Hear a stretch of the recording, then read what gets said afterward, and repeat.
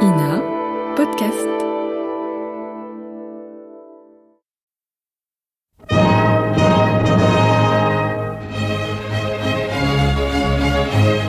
Bon baiser de partout. Une émission secrète de...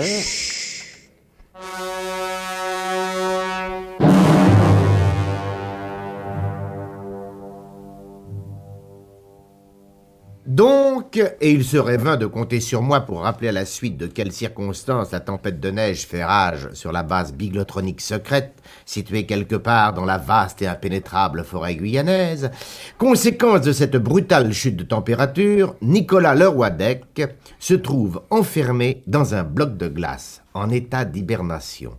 Il respire toutes les 2 ou 3 minutes, mais il respire quand même. Et le colonel de Guerlas, jugeant qu'un réveil trop brusque pourrait être fatal au brave Nicolas Leroidec, a dépêché vers Cayenne Gédéon Burnemauve et Albert Tunoulet afin qu'ils consultent les plus hautes autorités médicales.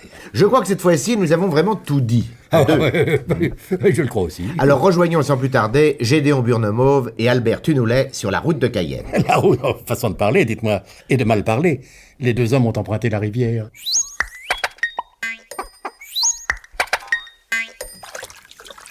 Mon cher Tunoulet... À votre service, monsieur Burnemauve. Mon cher Tunoulet, ne trouvez-vous pas assez extraordinaire ce brusque passage d'une température sibérienne à une température équatoriale? Non. Comment ça, non? Vous me posez une question, je réponds non. Alors, de passer comme ça, d'une tempête de neige à la moiteur tropicale, ça ne vous épate pas, là? Non. Non. Qu'est-ce qui vous épate dans la vie? De ne plus éternuer. C'est tout? Comment c'est tout? Mais c'est énorme, monsieur Burnemauve. Ça faisait 40 ans que j'éternuais. Ça a commencé le jour de ma première communion avec l'odeur de l'encens. Et depuis, j'ai pas cessé d'éternuer. Après l'encens, les foins. Et après les foins, les palmes. Maintenant, je suis guéri. Et je voudrais pas vous contredire, mon cher Tunoulet, mais il me semble qu'à l'instant même, là... J'ai éternué, c'est vrai, mais c'était pas la même chose. Ah oui, et pourquoi?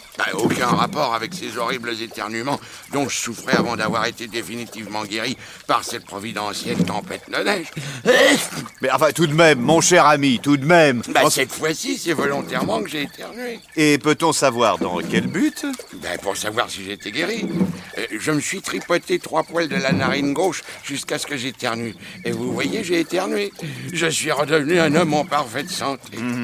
Il suffit donc que vous vous absteniez de porter vos doigts à votre nez pour que vous n'éternuiez plus, n'est-ce pas? Oui. Alors pourquoi continuez-vous? Parce que ça m'amuse. Dans la vie, vous n'avez pas d'autres sujets d'amusement? Non, pratiquement pas. Ah oui, d'accord. Oui, alors je sens qu'entre nous, la conversation va parfois être difficile. On n'a pas besoin de parler non plus. Oui, évidemment.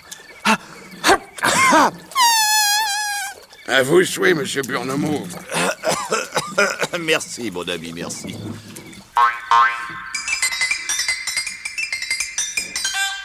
Et pendant ce temps-là, à plusieurs milliers de kilomètres du verdoyant département de la Guyane, avenue du Général de la part de qui à Neuilly-sur-Seine, Jules et Raphaël Fauderche pénètrent subrepticement dans l'appartement de mademoiselle Truscott. T'es sûr que c'est là, Raphaël? Officiel, Zul, que c'est là. Qu'est-ce qui te fait dire ça, Raphaël? Si c'était pas là, les clés entreraient pas dans la serrure. Et t'as raison, Raphaël. Et elles y entrent. Pas toutes à la fois, mais une à une. Et hop, le verrou de sûreté nationale. Et hop, la serrure. Même que la porte palière tourne sur ses gonds. Ah oui? Elle tourne bien et silencieusement. Un vrai tour de gonds, comme dirait le colonel s'il était là. Parle pas de malheur, Raphaël. Nous surprendre dans l'appartement de mademoiselle Truscott, ça s'offrait pour nos matricules. Maintenant qu'elle est ouverte et qu'on peut entrer, tu peux la fermer. Excuse-moi de pas avoir fait moins de bruit, elle m'a échappé des mains. Parle moins fort, on pourrait nous entendre.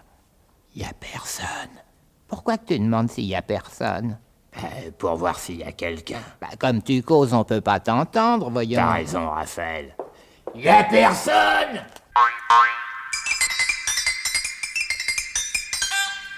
Et pendant que Jules et Raphaël Fauderche s'apprêtent à visiter l'appartement de mademoiselle Trouscott, Avenue du Général de la part de qui à Neuilly-sur-Seine? Gédéon Burnemauve et Albert Tunoulet sont arrivés à destination, c'est-à-dire dans le chef-lieu de notre riant département d'outre-mer, la bonne ville de Cayenne.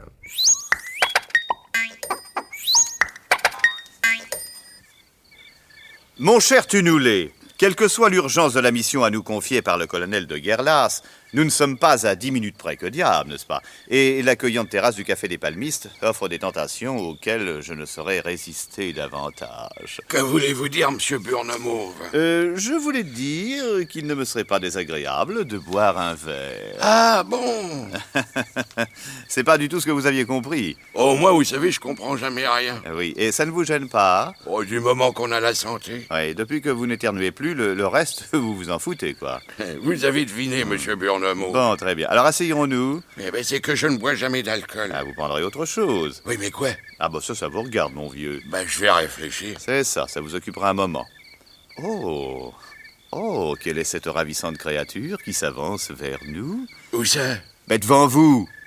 Les femmes non plus ne vous intéressent pas. Oh, moi, vous savez, depuis la loi Marthe-Richard... Excusez-moi, monsieur, de vous aborder ainsi, mais il me semble bien que nous nous connaissons. Du moment que vous l'affirmez, mademoiselle, je ne suis pas homme à mettre votre parole en doute. N'étiez-vous pas l'été dernier à Saint-Trope?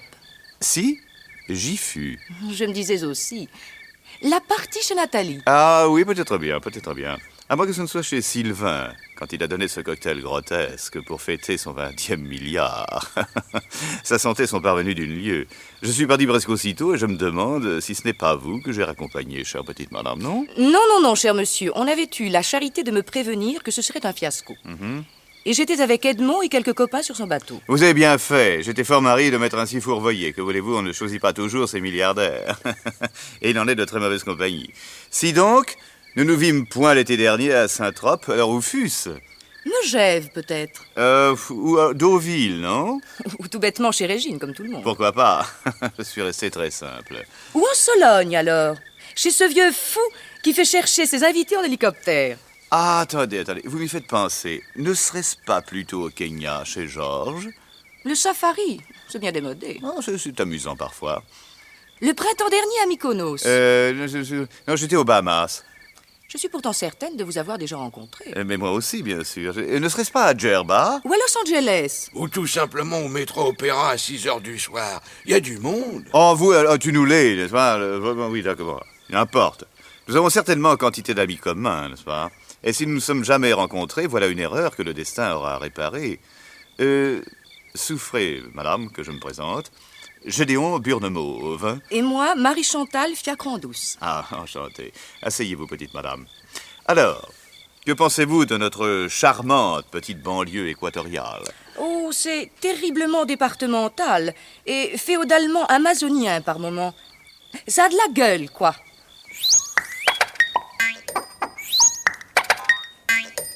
Et au même instant, sur la base biglotronique secrète, l'adjudant Ifris disait au colonel...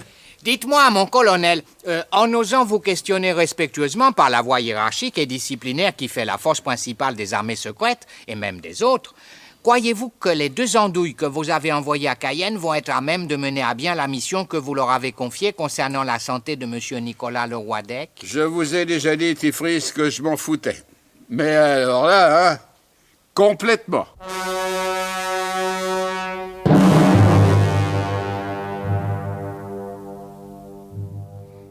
Comment expliquer une telle désinvolture de la part du colonel Hubert de Guerlas? Les frères Jules et Raphaël Fauderche trouveront-ils ce qu'ils cherchent dans l'appartement de mademoiselle Trouscott? Qui est Marie-Chantal Fiacre-en-Douce? Pourquoi ne la prendriez-vous pas au cours des prochains épisodes de notre grand feuilleton de suspense et d'espionnage? Féodalement amazonien par instant. Bon baiser de partout! C'était Bon baiser de partout. Une émission secrète de Pierre Dac et Louis Rognoni. Décryptage et mise en code, Jean-Wilfried Garrett.